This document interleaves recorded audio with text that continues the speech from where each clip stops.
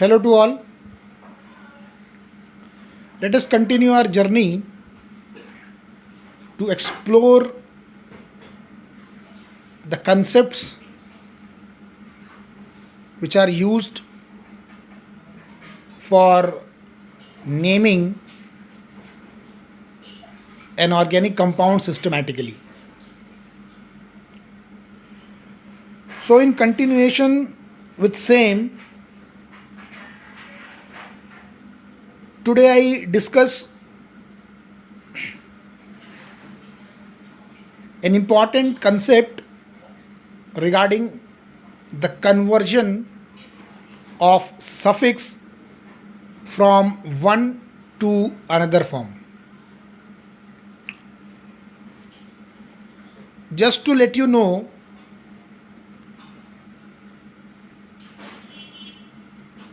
I here want to further disclose that earlier I discussed the prefix or some important concept regarding the prefix as well as the usage of functional group as a prefix and as a suffix under different circumstances. So, in continuation, I here discuss what ultimately the suffix is and how or under what condition the suffix representing or represented by an, that is ane, is get converted into il, that is yl.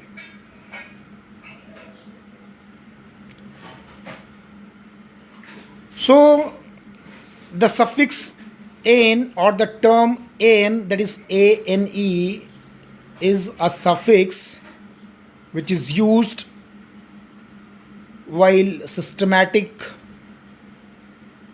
nomenclating an organic compound, and this suffix, that is the an, is very specifically represent saturated hydrocarbon.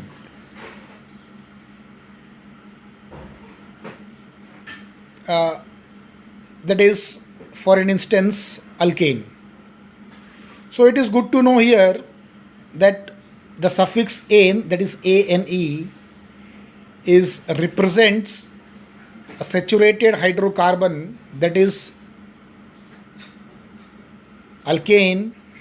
And why the alkane is known as saturated hydrocarbon, this we all know, because the alkane composed of single bond irrespective to the number of carbon atom it's bear. So it doesn't matter what ultimately the number of carbon atom an alkane is having. However, whatsoever the number, that particular alkane doesn't contain any unsaturation within its molecule. Unsaturation within its molecule means it doesn't contain any double or triple bond. So the suffix an ultimately represents the saturated hydrocarbon, and as I exemplify here is the alkane. Now let us continue our discussion, and further we will let us know that when this an gets converted into the il, that is yl. So to make the things about a bit more simpler, I here exemplify certain alkanes here, and as you can see here,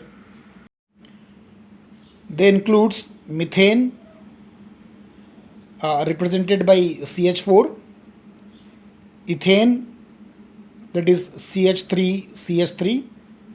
A single line between the CH3 indicates the single bond, propane, that is the CH3, CH2, CH3, and butane, that is the CH3, CH2, CH2, and CH3. So all these four alkanes which I have mentioned here are the unbranched or the linear chain alkanes are. So when or before moving further, you can see here these alkanes are ultimately contains the suffix as ane. As you can see here in methane, it contains the suffix ane, that is meth, meth, and then it's contain a suffix ane, ane, methane, that is the CH4. And the same thing is also true here for the three other alkanes, ethane, propane, and butane. And you can see here all these three alkanes are ultimately contains the suffix, that is the ane. You can see here in the ethane also it contains the ane, ane, after etha, that is ethane. Then in propane, after prop, that is prop, it contains a suffix, that is ane, ane. And also in the case of butane, it contains the ane after the but. So these alkanes contains the variable number of carbon atom accordingly, as the methane contains 1, ethane contains 2, propane 3, and the butane 4. Butane contains the 4. So under what circumstances does this suffix which is represented here in these 4 alkanes are be converted into the il, that is from ane the suffix get converted into the il, that is the yl. So in order to know this particular thing, we have to understood one very small concept here, that whenever the terminal hydrogen is replaced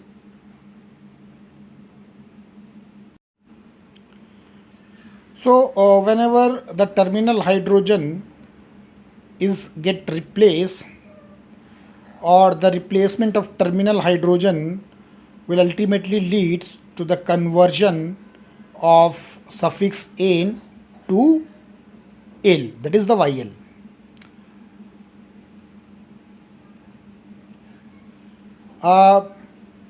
Now the question arises, what ultimately the meaning of terminal hydrogen is, or where the terminal hydrogen exists in a molecule.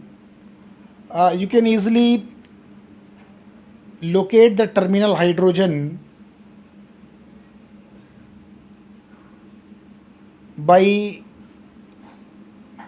visualizing the structure, and the carbon atom or the last carbon atom which is present in a structure is known as the tail carbon atom or the terminal carbon atom. So the terminal carbon atom is also known as the tail carbon atom, and the hydrogen which is present in the terminal carbon atom or the tail carbon atom is known as terminal hydrogen. So whenever a hydrogen is replaced from the terminal carbon atom, it ultimately disturbed, or it ultimately disturbed the valency of carbon, and the replacement of terminal carbon atom is ultimately be responsible for conversion of suffix ane to the il, that is the yl. To make things more clear, I here represented how these methane, ethane, propane, and butane are converted into methyl, ethyl, propyl, and butyl.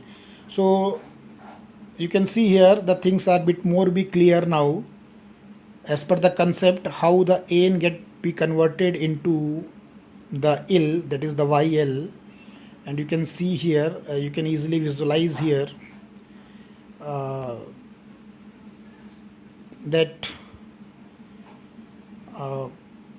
you can see here, I hope your peoples are able to see that when this methane, ethane, propane and butane are converted into methyl, ethyl, propyl and butyl, as per the concept I here discussed, that whenever the terminal carbon atom or the last carbon atom of the molecule is get the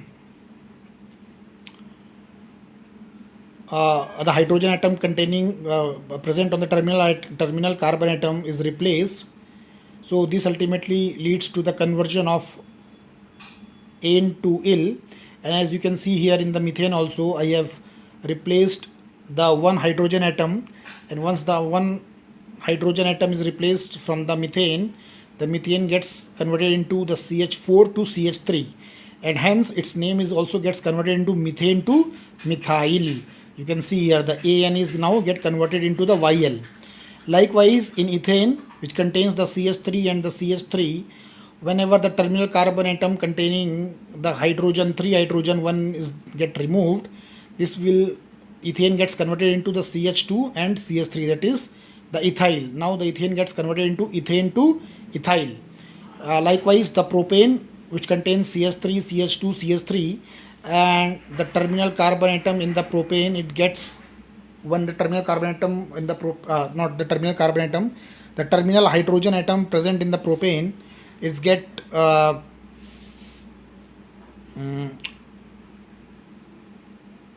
replaced. This ultimately leads to the